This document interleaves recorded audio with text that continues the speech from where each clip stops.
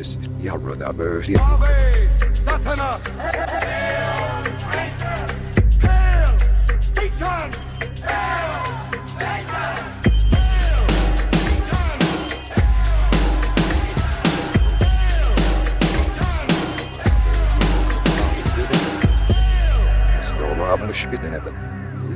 Greetings, heathens. Welcome to Hail Satan. This is the podcast exploring Satanism, culture, and life in general through the eyes of modern Satanists. My name is Joseph Rose, and I'll be your host today. I'm a member of an independent congregation called Satanic Delco, and I'm also a member of the Satanic Temple. Today, I'm going to talk about drugs. Specifically, I'm going to talk about my own history with and without drugs. But first, let me welcome some amazing new patrons to our club. We've got Thaniel, Hexual Sintercourse, great name, Helene, Jennifer, Steve, Christina, Sarah, Bambi, Lita, Freethinker215, Anthony, Tyler, and Joshua. Thank you guys very much for joining us. You know, I love your support. I hope you quickly integrate yourself with all of us over at Satanic Delco on the Facebook group and the Discord server and the weekly Zooms and all of that stuff. Thank you again. I love it. Let me remind everyone, if you've got a moment, to please visit HailSatanPodcast.com. I have recently updated the website a bit, not a drastic redesign, but I've touched it up and added some important information and links and things like that. So go check us out at the website, join up with us on social media. There's a form on the website to send me an email, which I encourage you to do. And of course, you can join the Patreon from the website. We've got several different tiers that offer various benefits, including our awesome Greetings from Hell Postcard of the Month Club. You can check it all out on the website. So go visit HailSatanPodcast.com. I've been slightly hesitant to record this episode because I wasn't sure if this was the most appropriate platform for it. But when I introduce the podcast each time, I say that it explores Satanism, culture, and life in general through the eyes of modern Satanists. It almost always touches on Satanism in some fairly direct way, but this is one that fits into the life in general category. I came to a fairly significant turning point in my life back in 2015.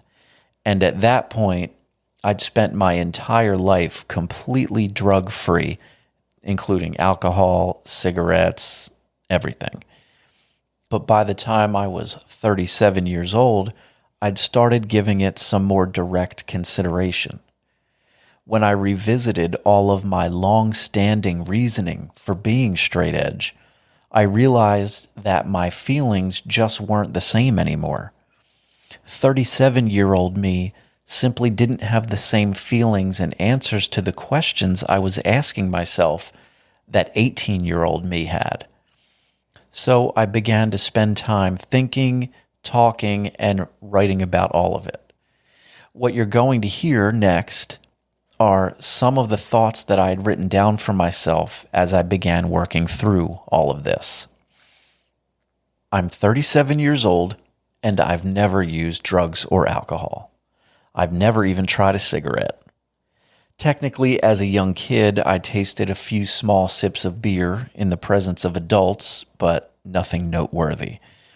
I've spent the majority of my life associated with the straight edge lifestyle, despite the fact that I've never had much integration with the hardcore punk music scene that most often accompanies that. I even have 2 straight edge tattoos from when I was a teenager. So why did I choose that lifestyle in the first place? I don't know how conscious I was of the reasons at the time, but looking back, I can pinpoint a few of them. Like so many teenagers, I had a rebellious streak. Maybe more than most, that trait became a dominant or at least prominent part of who I was.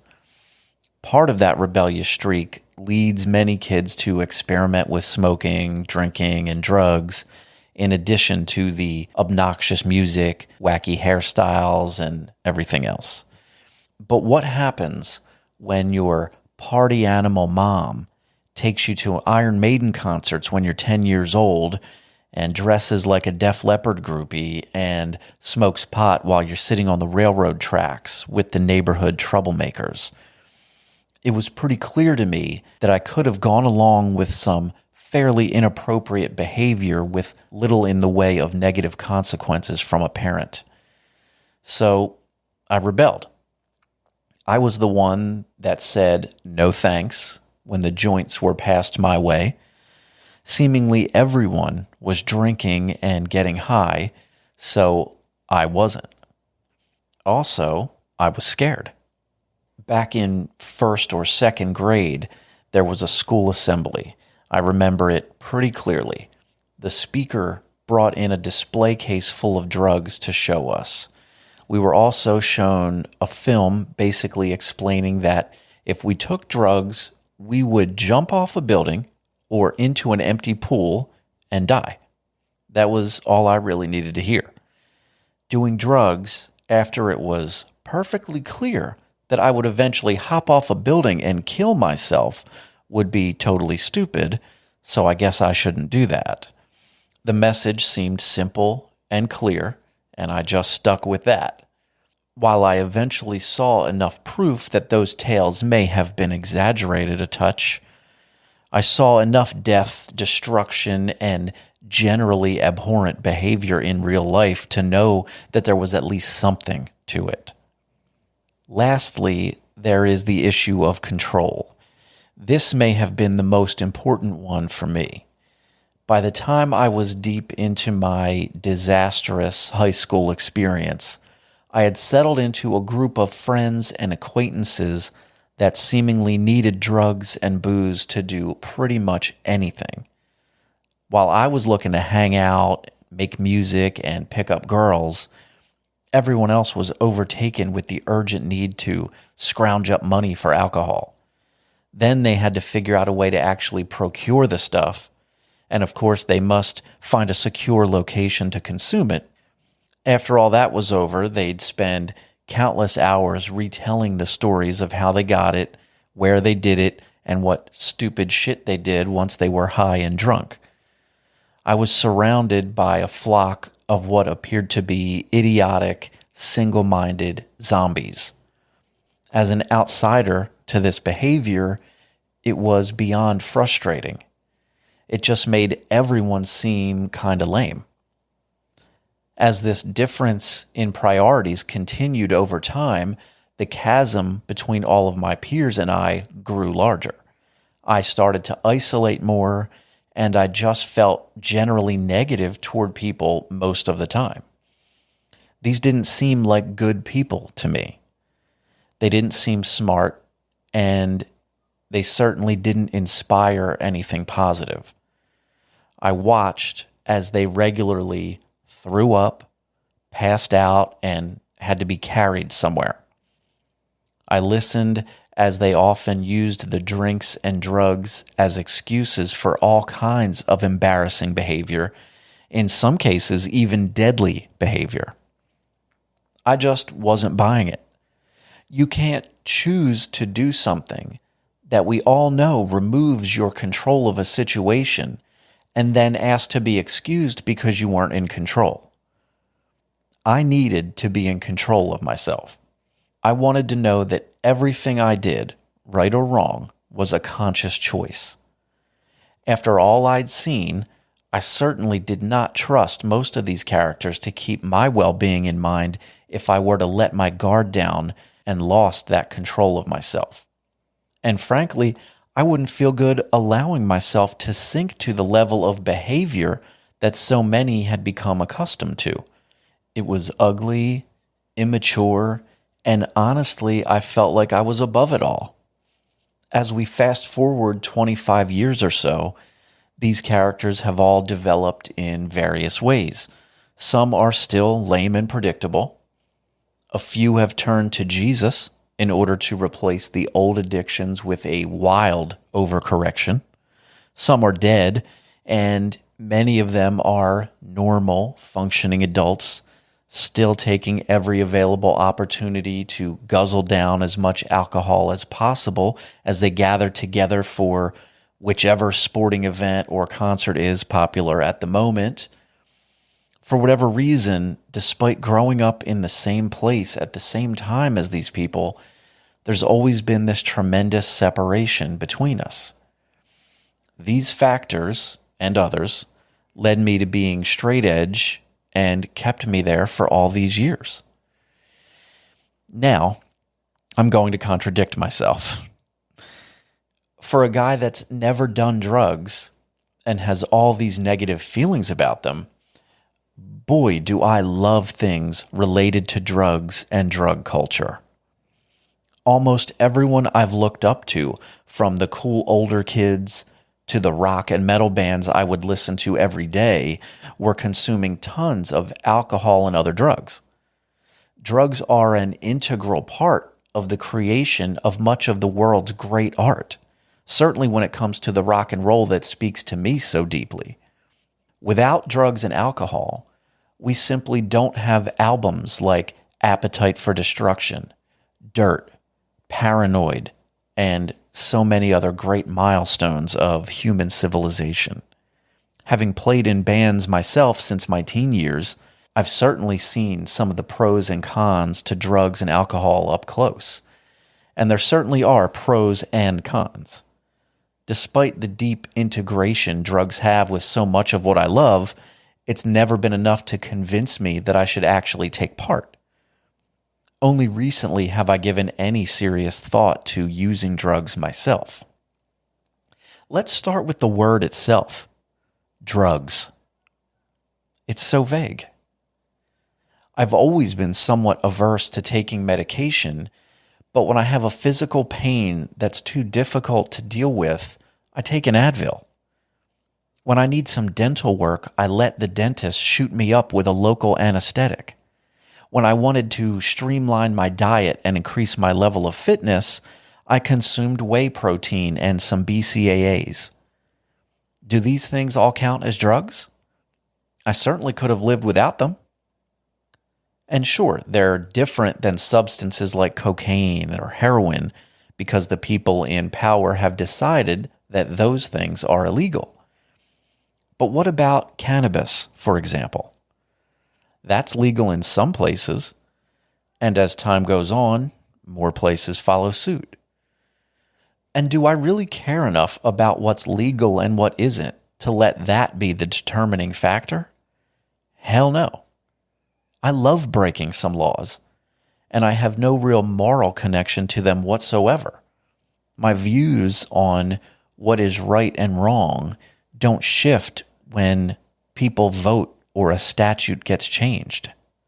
Legality aside, what separates something like cannabis from any other prescription or over-the-counter medication?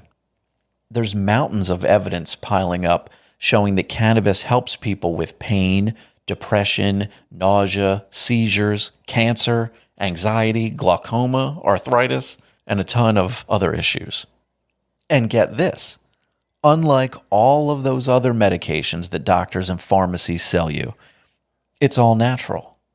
It's a plant that grows from the dirt, just like tomatoes and apples. But let's not pretend that everyone out there smoking weed has some medical condition that they're desperately fighting off. I've heard rumors that it can also make you feel kind of good in a funny way just for the hell of it. I bet there's probably a few people out there doing it for that reason too. When you think about it, it's pretty wild that there are so many intense, dangerous, mind-altering drugs out there made from who knows what concoction of crazy chemicals, and they're all perfectly legal despite the tremendous damage they've done to countless individuals. They're being prescribed to ever-increasing numbers of people, and there's no signs that that will end anytime soon. But alas, the battle over legalizing cannabis rages on across the country and the world. And what do I even want from my theoretical drug use? In the broadest terms, I want to feel better. I deal with some pretty constant back pain from the time a drunk driver smashed into me as I sat still at a red light. I'm also depressed. I don't spend much time thinking about it or dwelling on it, but it's definitely true. My therapist has made it very clear that she recommends some medication, the concoction of crazy chemicals kind, to help deal with it. I've always refused that. I've always preferred to suffer, struggle, and do things the hard way. My thinking was always that it builds character in some worthwhile way. And after a few decades of that, maybe I'm starting to consider an alternative to the most difficult path. When I view the world, the people in it, and consider my own experience, the general vibe I have on it is fairly negative. It's full of pain, disappointment, frustration, anger, and sadness. And what happens when this grand life finally comes to an end? Nothing. No heaven, no afterlife, no angels, no virgins, just rotting meat in the ground or in the fire. I don't expect everyone to relate to that outlook, but for me, that's what life is. That's what it's always been. I'd like to escape. Some people move to a different location to get a fresh start. And I'd really love to move far away, but due to some significant limiting circumstances in my life, I just can't do that. My only true escape from the constant barrage of pain and negativity would be death. But because I have a son, I feel an overwhelming sense of responsibility for him. So, as I'm forced to trudge through this deeply unsatisfactory existence, drugs enter as an option for some temporary escapism and relief. Rather than sit alone at my desk with clenched teeth and fists fighting off the urge to smash everything into oblivion, perhaps I could simply drift off into a temporary euphoria instead. Hell, maybe I could even expand my consciousness or something, man. Honestly, just feeling a decent night's sleep once in a while would be a decent start. But make no mistake, I'm not ignorant to the potentially devastating downside to drugs. I often romanticize figures like Lane Staley of Alice in Chains, but I know how that story ends. And of course, that's not to say the only options are straight edge or Lane Staley. I just need to allow myself to acknowledge all of the possibilities. So, where does this leave me? I've established that I already use various drugs when I see fit, just like we all do, and that I don't care about the legal status of anything, really. I guess I'm left to make individual judgment calls about anything I put into my body at any given moment, just like I always have. But moving forward, the list of available options is a bit longer than it used to be. Once I reached the end of writing that last bit 6 years ago, I had all but made my decision. I was definitely going to try cannabis. And on the morning of Friday, September 25th, 2015, I did just that. But let's not jump too far ahead. Once my mind was set on trying this stuff, I had to get some.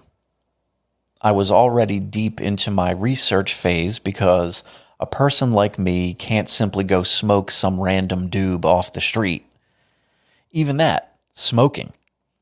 I had already decided that I wasn't going to smoke my cannabis. After all, I'm not a cave person. I would vaporize it like a modern-day George Jetson. It was cleaner, healthier, and incorporated one of my true passions in life, gadgets. Eventually, my focus settled on getting the weed.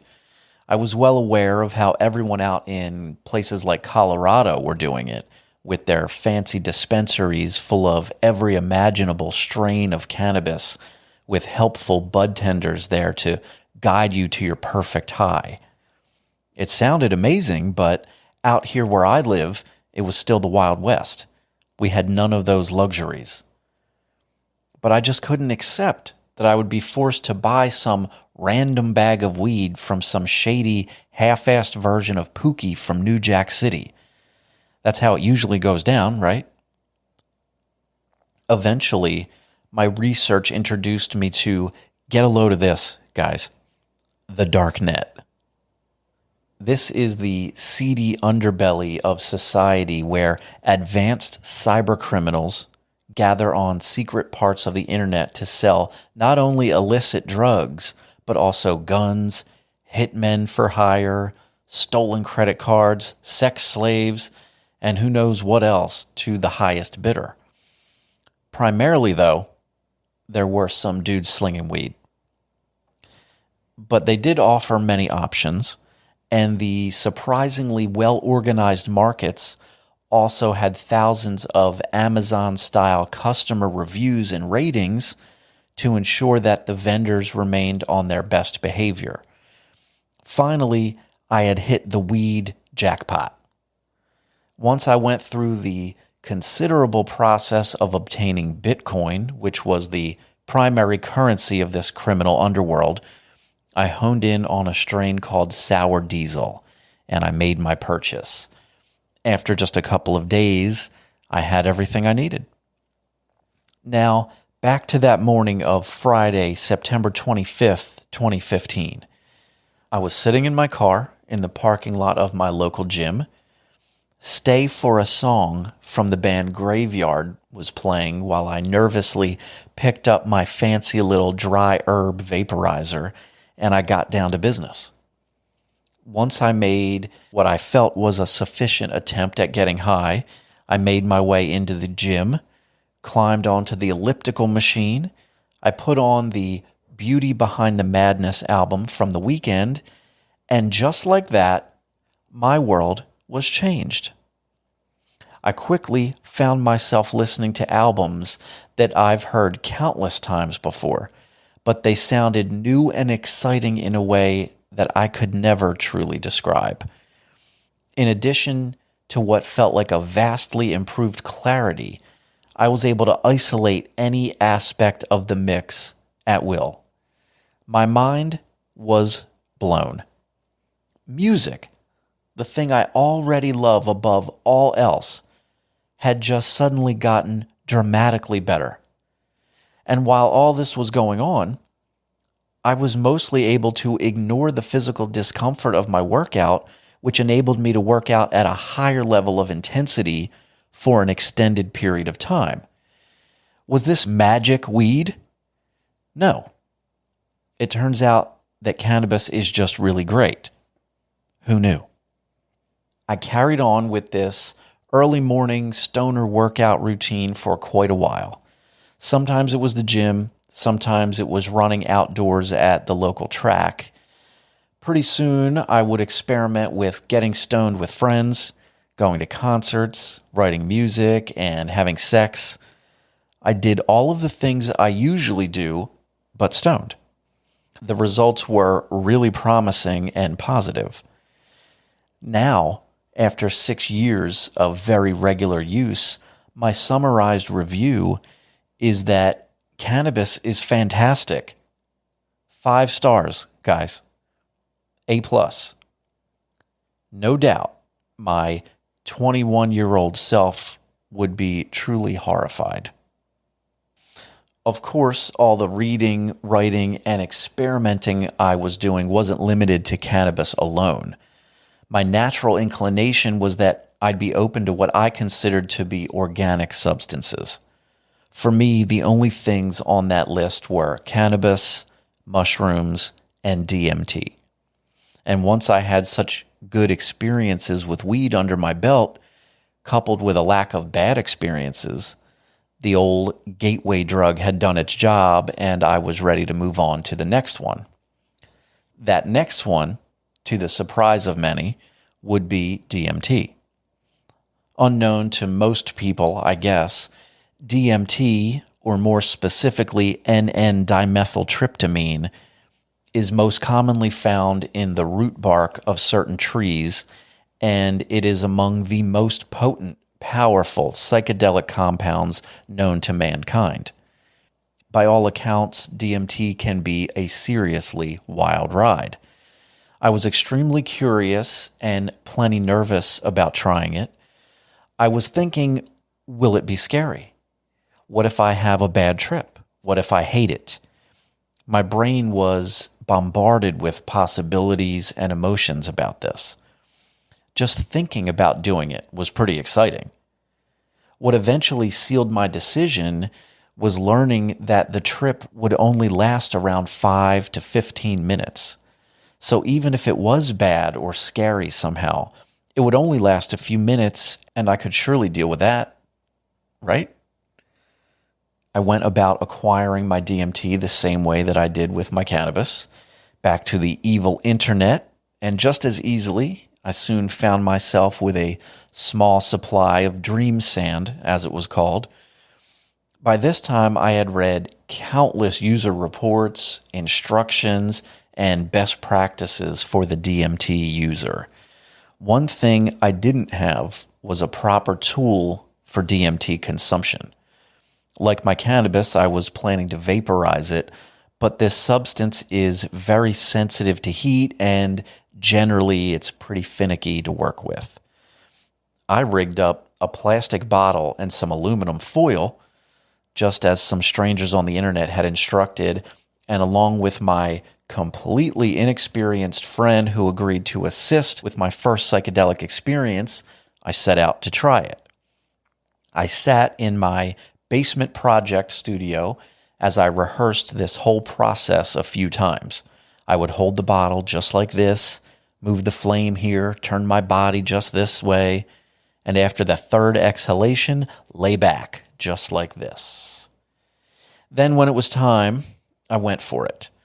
As I vaporized the DMT, I took several deep, awful tasting hits and began to lay down. Within moments, it began. I heard a slight crunchy ringing in my ears. I felt a buzz overtake my body, and then the visuals came. Though I had my eyes closed, I could see my body lying there with colorful, glowing lines and patterns tracing the outlines of my torso and limbs. I was fully conscious and aware during all of it, but I had no desire whatsoever to move my body. Soon enough, it all faded away, and I was right back to baseline in a very short amount of time. At the time, I was pretty excited about what I'd experienced. It was pretty neat, but it wasn't exactly life-altering, aside from recognizing the potential that it held. I knew I didn't have that breakthrough experience that so many had described. As I look back on that first experience now, I had barely gotten a glimpse at even 1% of what DMT would eventually come to show me. This was just a calm, confidence-inspiring popping of my psychedelic cherry. Over the next several months, I experimented with DMT quite a bit. I could honestly fill essay after essay with the tales of the truly astonishing, otherworldly experiences that I've had with DMT. I've been consumed by unbelievable beauty and fascination. As ridiculous as it might sound, I've seemingly interacted with entities from another realm who passed along actual, tangible information that I was able to take with me, document, and use in my real life to improve as a person. Now, there was still one more thing on my list. The magic psilocybin mushrooms would be next. Once again, the ever-reliable evildoers of the darknet came through for me. I don't remember the size of that first dose, but I think it was just 1.5 or 2 grams of mushrooms. Nervously, I gulped them down while trying to not taste them very much. And before too long, I felt the sensation of the mushroom high coming on, and I parked myself in a comfortable chair in front of my TV. I had decided in advance that it would probably be fun to watch some nature documentaries. Planet Earth 2, narrated by David Attenborough, was my selection. Make no mistake, the footage was stunning. Tigers, primates, and breathtaking landscapes from all around the earth. As impressive and interesting as they are, I've seen images like these a million times. But this was very different. Every image that came across the screen was truly, genuinely amazing. A lion yawns. Mind blown. A monkey jumps from tree to tree. I'm flabbergasted. I was like a child witnessing these things for the first time in person. As I sat in my living room, I shouted out with sincere bewilderment, "Holy fuck! How is this even real?" I was beside myself. The trip lasted a few hours, and by the end of it, I was exhausted and my face was sore from smiling and laughing so much. It was a joy, the likes of which I don't remember ever experiencing before. Without a doubt, mushrooms have been directly responsible for the very best days of my entire life. Think about the magnitude of that.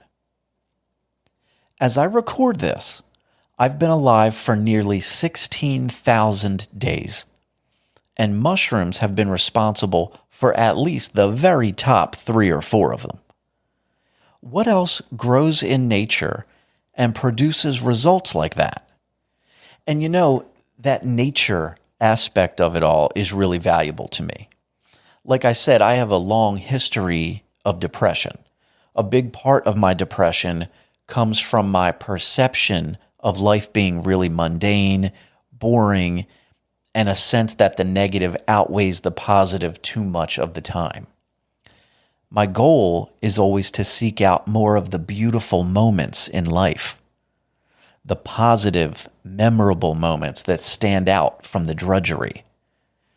Just imagine if a person could grow a little plant or fungus, and when you smoke it or eat it, magic actually happens, and it transforms your whole world into something more awesome than it was. That sounds like something straight out of a fairy tale, but it's actually real.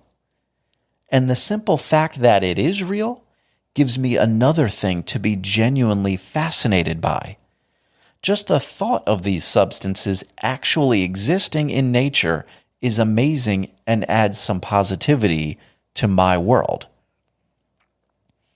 Of course, it's not all peaches and cream all the time. I've had difficult moments on mushrooms, just like I have with DMT, and even cannabis to a lesser degree. I've never had what I would call a bad trip, but I've certainly had some that were quite challenging. I've had some deep, honest introspection take place while high or tripping, and while there are instances where that part isn't always the most fun, I find it to be incredibly valuable to my personal development. And I definitely wouldn't trade any of those difficult moments despite the discomfort. Writing and recording this is the first time I've really attempted to step back and collect my thoughts on how using these substances have impacted my life. 6 years on from that first time, cannabis is a regular part of my near daily life, while the others happen far more sparingly. I typically end my day with a homemade cannabis-infused gummy, primarily to help me sleep, since I am an approved medical marijuana patient in my state. I also still love to get stoned and listen to music as often as possible. In fact, each of these three substances have given me some amazing, unforgettable experiences with music. The most impactful music listening experiences of my life have come along with DMT. What's been most surprising, maybe, are the long-term effects. The effects that linger on far after the trip or the high is gone and make lasting alterations to who I am. For example, I'm far more introspective than I ever was pre-psychedelics. I spend more time considering my actions and motivations and making conscious adjustments along the way. I notice that I'm far more emotionally sensitive than I was pre-psychedelics. Among the most obvious changes has been an increased desire for and enjoyment of social interactions. Time spent just hanging out and talking with friends is more valuable to me than it ever was before, as well as meeting new people. I've also felt an increased sense of acceptance. I'm more comfortable with who I am, and I'm far more likely to share my feelings openly. While trying to be as objective as possible about all of this stuff, I really haven't discovered any detrimental effects aside from the nighttime munchies. I could go on and on about this topic, and I'm going to continue to explore and share my feelings here about this stuff. Thank you guys for listening. I appreciate you all very much. If you've got a moment, please visit HailSatanPodcast.com. Link up with me on all the stuff, send me an email, and please stay safe out there. I'll talk to you soon. Hail Satan.